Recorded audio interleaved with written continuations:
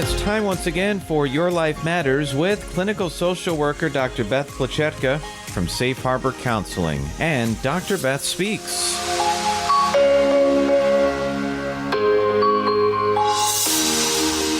And even on a Happy New Year morning, Dr. Beth able to join us in studio today. Happy New Year, Doctor. How are you? I'm good, Mike. How are you? And Happy New Year. I think this is our 5th or 6th Happy New Year. We've been doing this a long time. Could be. Yeah. It's time has flown, and here we are kicking off a new year with a topic that's very time sensitive for this day. Exactly, because we're talking about resolutions. You know, we at this time of year, we're always talking about, like, how can I be a better person? And I'm recommending Dr. Henry Cloud. He has a book called Necessary Endings.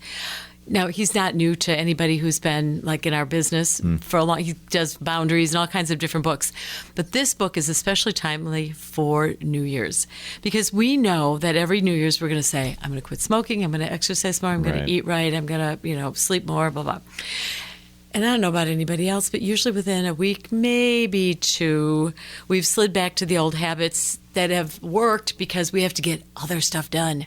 I don't have time to go to the gym. I got to do the laundry, so you do it. So what he talks about, and which I really appreciate, is if we're going to make a change, something that will really affect our lives, we have to go through the painful process of doing without, of ending something that we're used to, and so that something better can come along.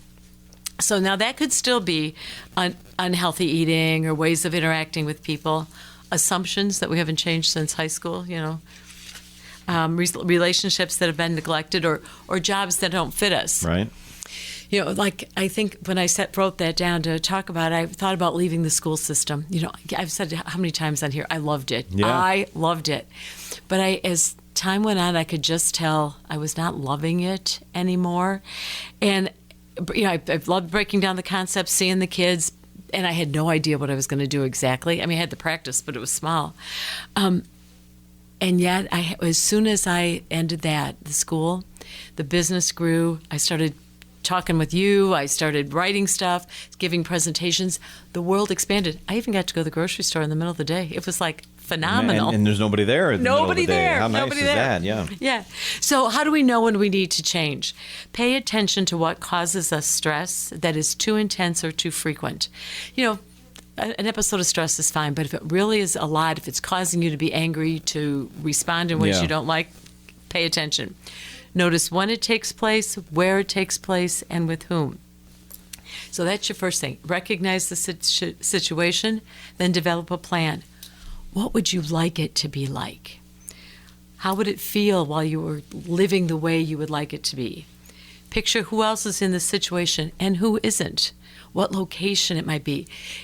And again, nothing says you have to do all those things, but you want to start thinking about anything can happen. What would you like to change? Yeah, and as you're saying, develop a plan, I'm thinking, this would be a good idea to, jot some stuff down. And I notice that's like your next point that we want to cover is taking notes, because when you have it written down, it's just so much clearer, and you can remember what the great idea you had a week ago. Sometimes you don't write it down, it just gets lost. Right, and you think, I'll do that in a minute, or what was that? What was that thought? Yeah. Right, and the other thing is, once you've got that list, get some support, because, it's so easy to fall back into, I'm afraid to do that. Is anybody, if you're changing jobs, is anybody going to hire me? Am I going to be living on the streets? I mean, we go to the worst sort of scenarios.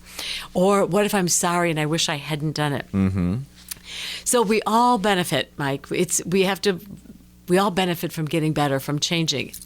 Change makes us stronger. It allows us to grow and see things differently.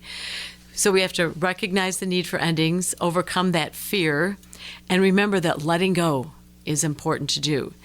I highly recommend reading or listening to Necessary Endings by Dr. Henry Cloud. He says it in a wonderful way. And for those of us who don't have time to read, listen while you fold the towels or drive to work. That's right. Because your life matters. Yeah, and keep this in mind, not just January 1st, September 30th. Any day. May 12th, but whatever it is, it doesn't have to be a New Year's Day to make some of these positive changes for sure. check out information and resources on this topic or anything that we've discussed. You can do it online, safeharboril.com.